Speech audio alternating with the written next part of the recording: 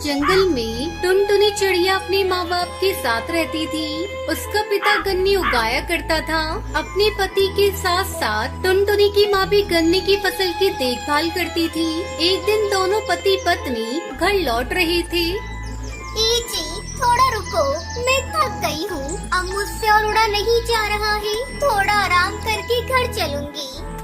फिर दोनों पति पत्नी एक पेड़ की डाल पर बैठ जाते हैं। उस पेड़ की डाल पर बिजली का तार टूटकर गिरा पड़ा था, जिसकी चपेट में दोनों पति पत्नी आ जाते हैं और उनकी वहीं मौत हो जाती है। काफी देर हो जाती है। टुनटुनी के माँ बाप जब घर नहीं लौटते तब टुनटुनी को उनकी चिंता सताने लगती है।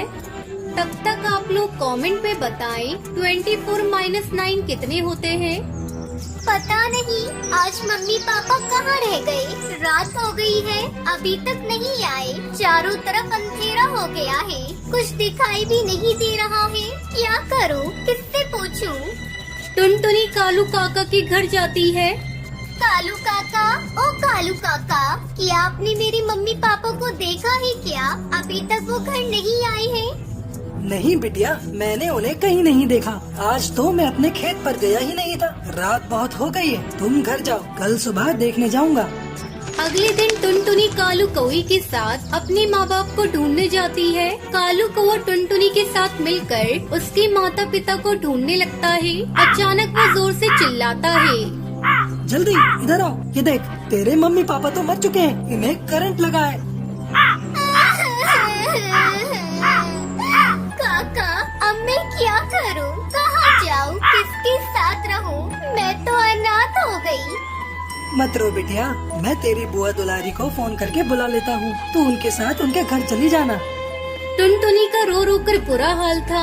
अगले दिन उसकी बुआ दुलारी कबूतरी आती है और वो टुनटुनी को अपने साथ लेकर अपने घर जाती है। कुछ दिन यूं ही बीत जाते हैं। एक दिन दुलारी कबूतरी का पति उससे कहता है, अरे दुलारी, बैठे बिठाए इस मुसीबत को अपने गले में बांध लिया। इस महंगाई में अपना गुजारा करना मुश्किल है, ऊपर से तुम इस मनहूस को यहाँ लेकर आ गई।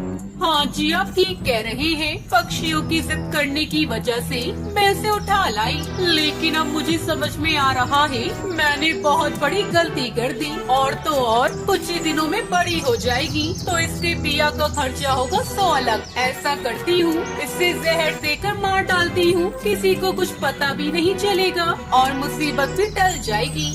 जो तुम ठीक समझो दुलारी, वो करो। मैं क्या कह सकता हूँ। अपनी बुआ और फूफा की बात टुनटुनी चिड़िया सुन लेती है और रात होते ही वहाँ से भाग जाती है। उड़ते उड़ते वापस अपने घर पहुँचती है, लेकिन वहाँ अपना घोंसला न देखकर हैरान रह जाती है। फिर वो कालू कौवे के घर जाती है। कालू काका, ओ कालू काका, मेरा यहाँ घोंसला था ना, वो कहाँ गया? क्या बताऊं बिटिया, तुम्हारे जाने के कुछ ही दिनों बाद एक पक्षी ने तुम्हारे घोंसले पर कब्जा कर लिया। अब तुम्हें रहने के लिए कोई दूसरा घर बनाना होगा। फिर टुनटुनी अपने गन्ने के खेत में पहुंचती है और वहाँ की मिट्टी से अपने लिए एक सुंदर सा घर बनाती है। आज उसे अपने मम्मी पापा की बहुत याद आ रही थी। पापा, मम्मा, अब मैं यही रहूंगी और आपकी तरह गन्ने की खेती करूंगी। आप दोनों जहाँ कहीं भी होंगे, अपनी बेटी को आशीर्वाद देना। तभी वहाँ कालू कौवा आ जाता है।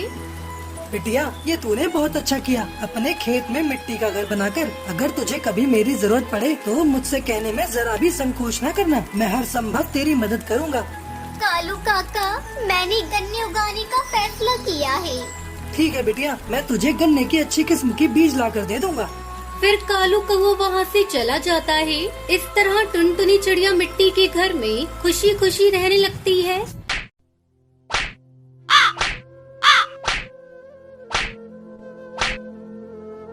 एक जंगल में टुनटुनी चिड़िया अपने पति बंटी कबूतर के साथ रहती थी। गर्मी के दिन शुरू हो गए थे।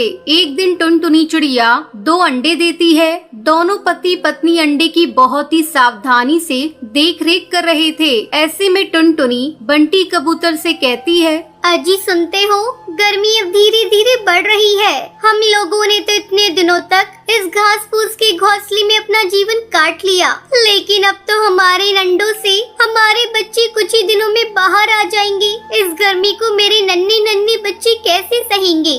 बच्चों को गर्मी न सताए, इसके लिए हमें अभी से कुछ उपाय करने होंगे। तुम ठीक कह रही हो, इस बार गर्मी कुछ ज्यादा ही पड़ रही है, लेकिन कुछ समझ नहीं आ रहा है इस गर्मी से बचने के लिए क्या करूं। खैर तुम चिंता मत करो, मैं कुछ न कुछ उपाय करता हूं। तुम भी सोचो, शायद हम दोनों के दिमाग में कुछ न कुछ आइडिया मिल जाए। इस तरह दोनों अपने बच्चे को लेकर परेशान थे। वो अपने बच्चे को जरा भी तकलीफ होने देना नहीं चाहते थे। ऐसे ही कुछ दिन गुजर जाते हैं और एक दिन टुनटुनी के बच्चे अंडे से बाहर आ जाते हैं। टुनटुनी अपने प्यारे प्यारे बच्चों को देखकर बहुत खुश हो रही थी। देखो जी, अपने बच्चे कितने प्यारे हैं, किसी की नजर ना लगे। इतना कहकर टुनटुनी अपने बच्चों को प्यार करने लगती है। एक दिन जब बंटी कबूतर भोजन की तलाश में जा रहा था, तभी उसे एक तालाब दिखाई देता है। अरे वाह, कितनी ठंडी ठंडी हवा चल रही है, गर्मी का तो नामो निशान नहीं है। मैं आज ही टुनटुनी को जाकर ये बात बताऊंगा, फिर हम लोग यही अपना घोंसला बनाकर अपने बच्चों के साथ रहेंगे। ये सोचकर बंटी कबूतर बहुत ही खुश हो रहा था और खुशी खुशी घर आकर ये बात टुनटुनी को बताता है। उसकी बातें सुनकर टुनटुनी भी खुश हो जाती है। ठीक है जी, मैं कल ही आपके साथ उस जगह को देखने जाऊंगी। अगले दिन टुनटुनी चिड़िया बंटी कबूतर के साथ उस तालाब पर जाती है। वो इधर उधर देखती है।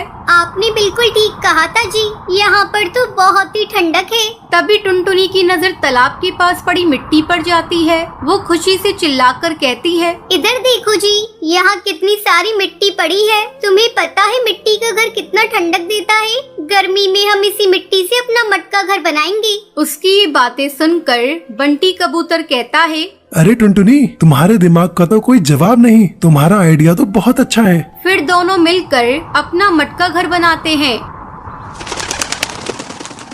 और फिर बच्चों के साथ तालाब के किनारे वाले पेड़ पर रहने लगते हैं। इधर जंगल के पक्षी भीषण गर्मी से परेशान थे। एक दिन कालू कौवा तालाब पर पानी पीने जाता है। अरे ये क्या, यहाँ टुनटुनी चिड़िया तो मटका घर बनाकर आराम से रह रही है। वो टुनटुनी चिड़िया के मटके घर के पास जाकर आवाज लगाता है, टुनटुनी बहन, अरे ओ टुनटुनी बहन, तुम तो बहुत ही चालाक निकली। तुम यहाँ तालाब के किनारे मटका घर बनाकर रह रही और मैं वहाँ गर्मी से जल रहा हूँ। तुमने हम पक्षियों के साथ अच्छा नहीं किया। तुम मेरे लिए भी एक ऐसा ही मटका घर बना कर दो। अगर तुमने ऐसा नहीं किया तो मैं तुम्हारा मटका घर तोड़ दूंगा। कालू भैया, ये तुम कैसी बातें कर रहे हो? अगर तुम्हें भी यहाँ रहना है तो तुम भी अपना मटका घर बना कर रहो। तुम्हें किसने रोका है? तुम्हें तो पता है मेरे छोटे छोटे बच्चे हैं, मेरे पास इतना समय नहीं है मैं तुम्हारे लिए मटका घर बना कर दूं। तू कान खोलकर सुन ले चिड़िया, अगर तूने मेरा मटका घर नहीं बनाया तो इसका अंजाम तू भुगतने के लिए तैयार रहना। तुम्हें तो पता है मैं कितना खतरनाक हूँ। कोई भी मेरे काम को करने से मना करता है तो मैं उसका नामो निशान मिटा देता हूँ। अभी तो मैं जा रहा हूँ, 2 दिनों बाद आऊँगा, उस समय मेरा मटका घर तैयार मिलना चाहिए। इतना कहकर कालू कौवा वहाँ से चला जाता है। क्या करूं, कुछ समझ में नहीं आ रहा है। लगता है मुझे अब कालू कौवे का मटका घर बनाना ही पड़ेगा। अब टुनटुनी चिड़िया धीरे धीरे मिट्टी इकट्ठा करती है और कालू के लिए एक मटका घर बनाती है। 2 दिन बाद कालू कौवा फिर से आता है। क्यों रे टुनटुनी, तूने मेरा मटका घर बना दिया?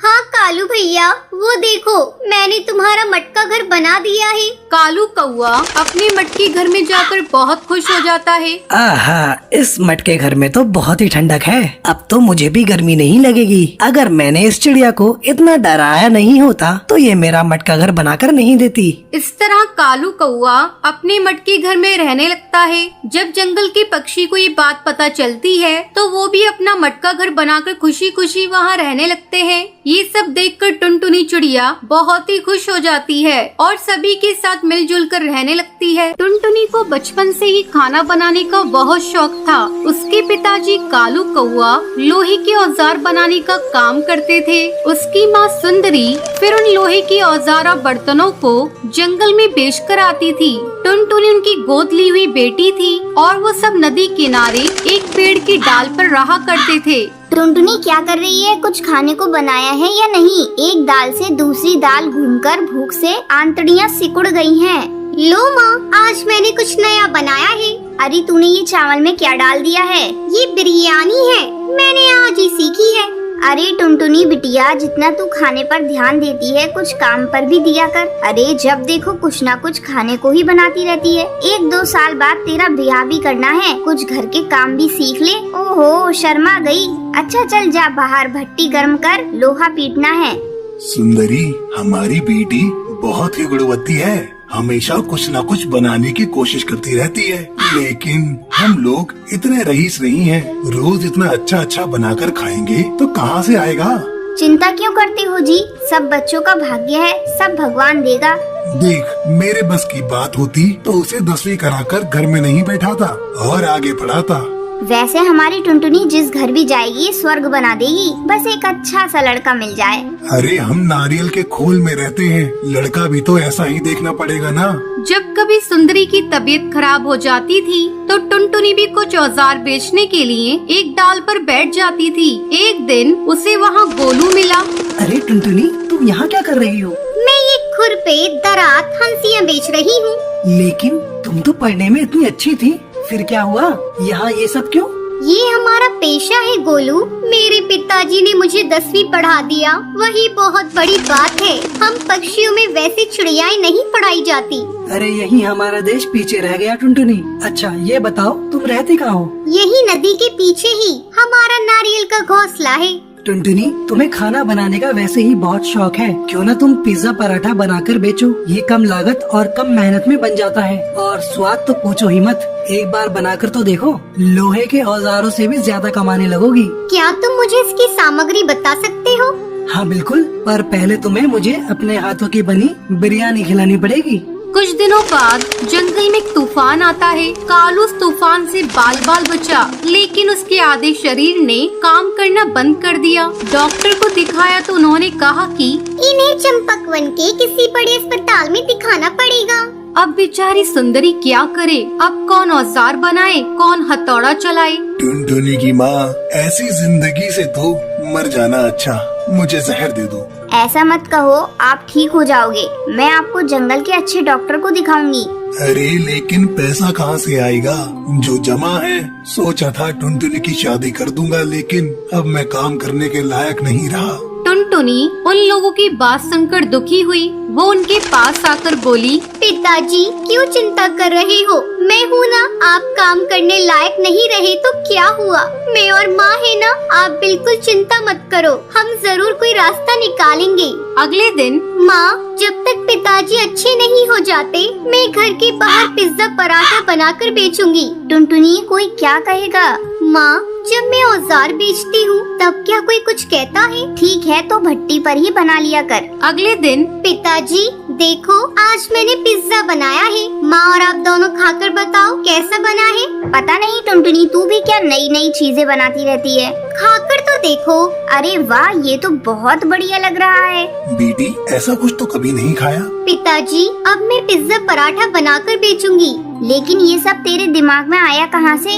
माँ, मुझे ये सलाह गोलू ने दी। ये गोलू कौन है बेटा? माँ, गोलू स्कूल में मेरे साथ पढ़ता था। अब टुनटुनी लोहे की औजार की जगह पिज्जा पराठा बनाने लगी। जो एक बार उसके यहाँ पिज्जा खा लेता था, वो अपने आसपास के सब पक्षी से उसकी तारीफ करता। टुनटुनी के पास दूर दूर से पंछी पिज्जा खाने के लिए आने लगे। अब उसके गरीबी के दिन जा चुके थे। सबसे पहले वो कालू को लेकर जंगल के बड़े अस्पताल में गई।